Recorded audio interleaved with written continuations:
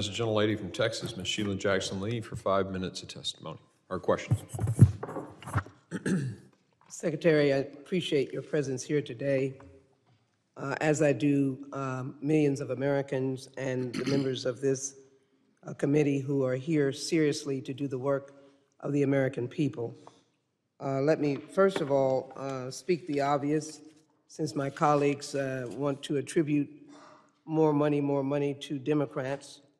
I'm very proud of my legislation, H.R. 3208, which has passed this committee, cyber workforce legislation that has been drafted, which the committee favorably reported in July, it appears, and would also address the question that Mr. Gabarino was speaking about. He has departed, about your workforce issue. If we would pass a number of legislative initiatives, we might move you along further.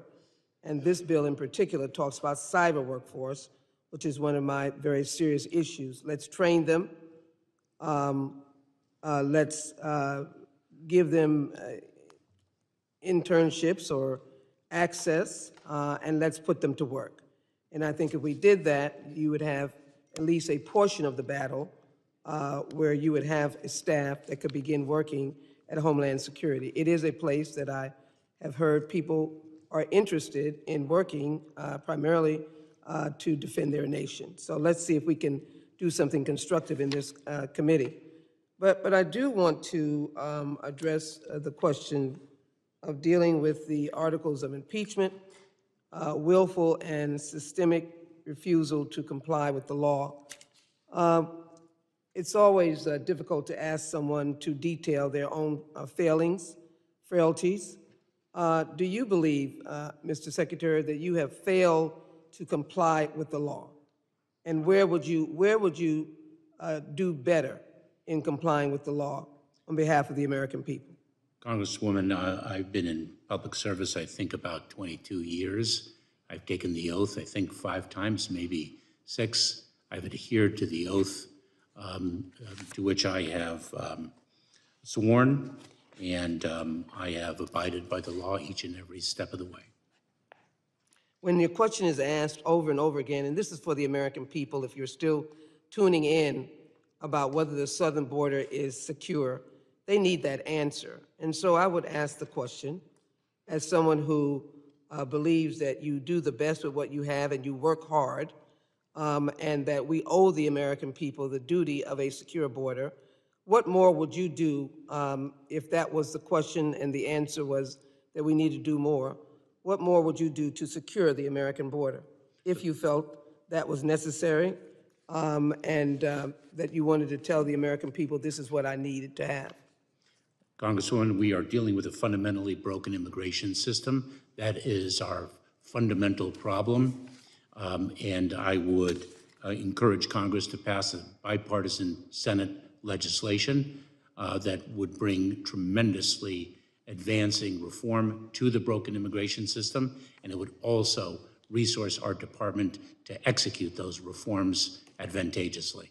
It seems a simple proposition to me, and throughout the entire questioning that I've decided to sit and listen, I've heard no offering of a resolution by my friends on the other side of the aisle. There is absolutely nothing to answer the second article of impeachment, breach of public trust.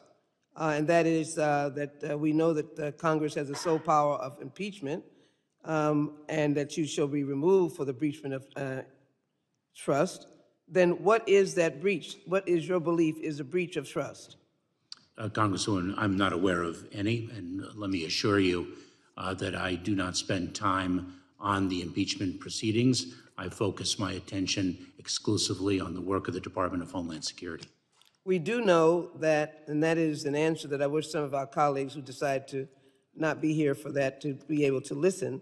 We do know that Iran, for example, is a major proponent of terrorism, and they decided to exercise that definition by bombarding Israel with 300 of the missiles that they decide to use, the drones that they decide to use against an ally for this horrible attack. what then would you give as an answer? Did we, the United States, generate an attack on Israel? Was that our doing? No, it was not, Congresswoman.